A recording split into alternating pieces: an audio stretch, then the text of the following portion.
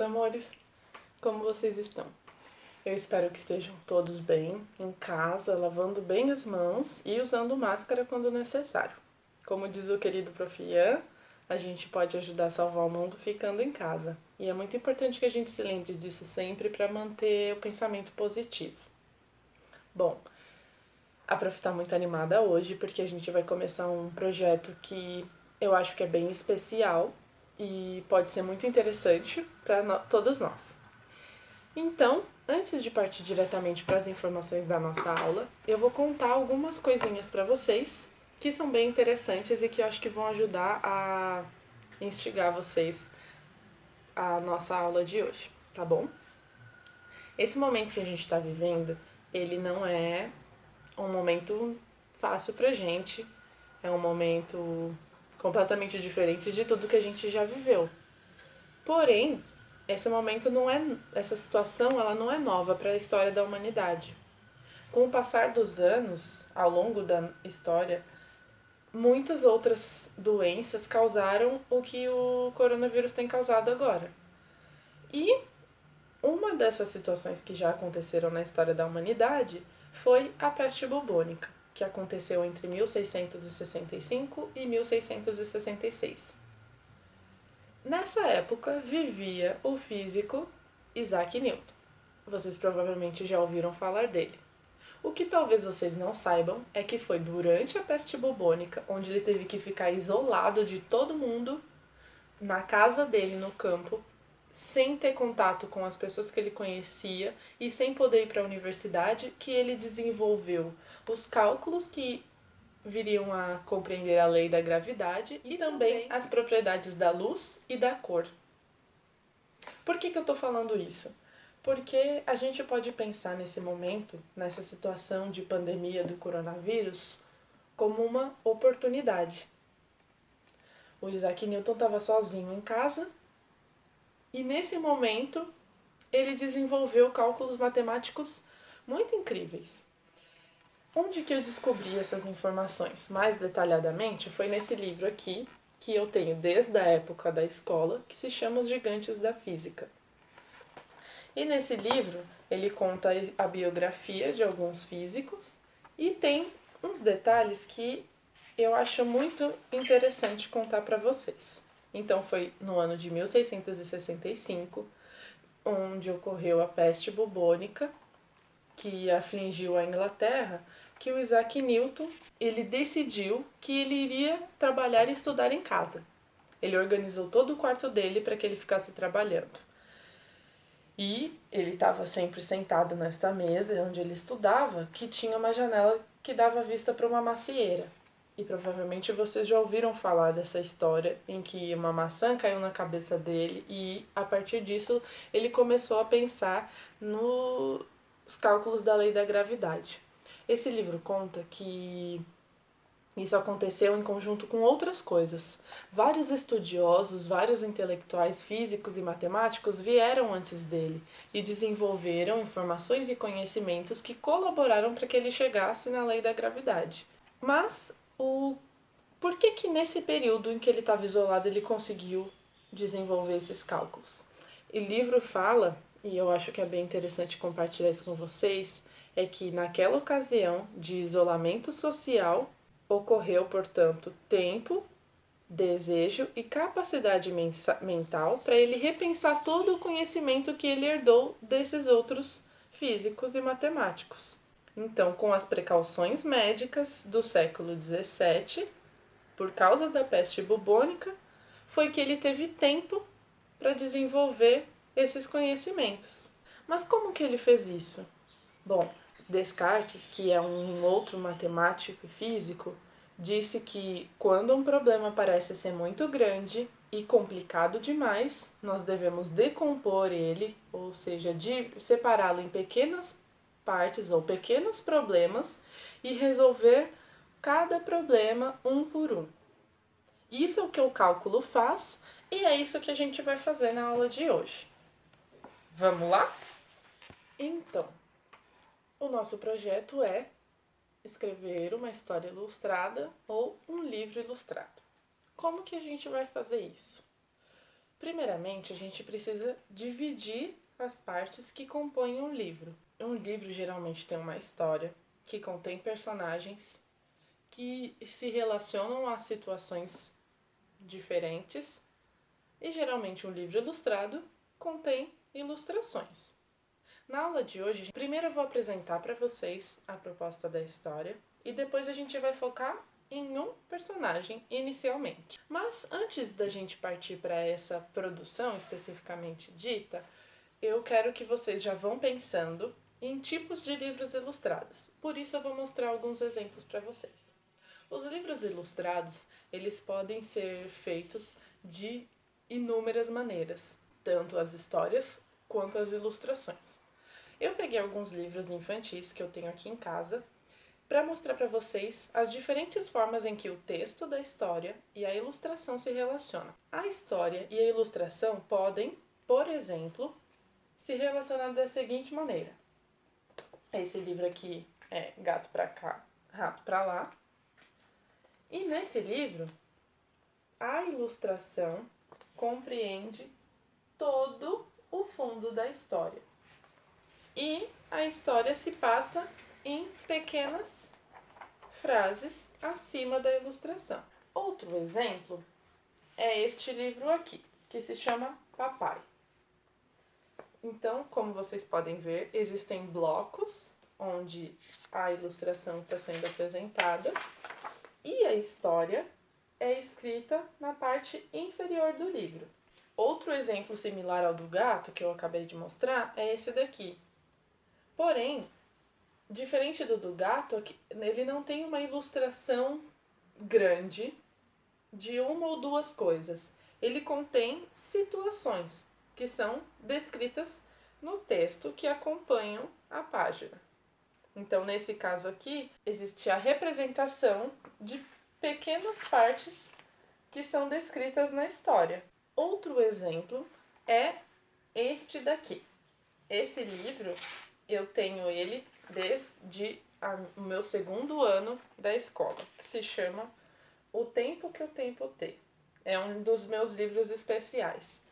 E nesse livro, o que acontece é que a ilustração compreende uma página e o texto outra. Essa história, ela é contada por meio de poeminhas. Então, a gente pode ver que em uma página tem a ilustração e na outra página tem o texto. Existem também as histórias em quadrinhos, como a da Turma da Mônica, que vocês bem conhecem. São quadros que representam cada situação com balõezinhos de diálogos e narração da história. Existem também, dentro do conjunto dos quadrinhos, o estilo de mangá, que é uma história que começa da página final.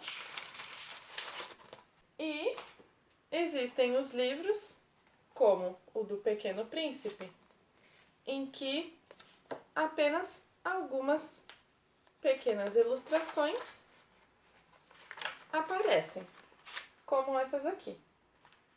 Então, a prof mostrou todos esses livros para vocês já irem tendo uma ideia de como vocês querem construir essa junção de história e de ilustração. Mas, antes de ilustrar qualquer coisa, nós precisamos criar essa história. E como que a gente cria essa história? Primeiro, a prof pensou em nós partimos de uma situação. E a partir dessa situação, nós criarmos esses personagens e depois ilustrar essas coisas todas juntas, tá bom?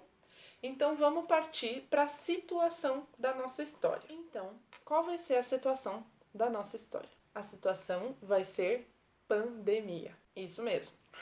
Nós vamos escrever sobre o que nós estamos vivendo, de certa forma, mas utilizando a nossa criatividade para alcançar outros locais ou diferentes possibilidades. Então essa situação é: pandemia é instaurada e o local onde a história vai acontecer é uma casa, que pode ser a minha casa, pode ser a casa de vocês, ou pode ser uma casa fictícia que vocês vão criar. Eu quero que vocês hoje comecem a com um papel, uma folha ou no computador, como vocês acharem melhor, a escrever esses pontos que a prof vai colocar agora. Então, qual é a situação? Pandemia. Não podemos sair de casa. Então, a história vai acontecer onde? O local da história é uma casa. Então, escrevam. Situação.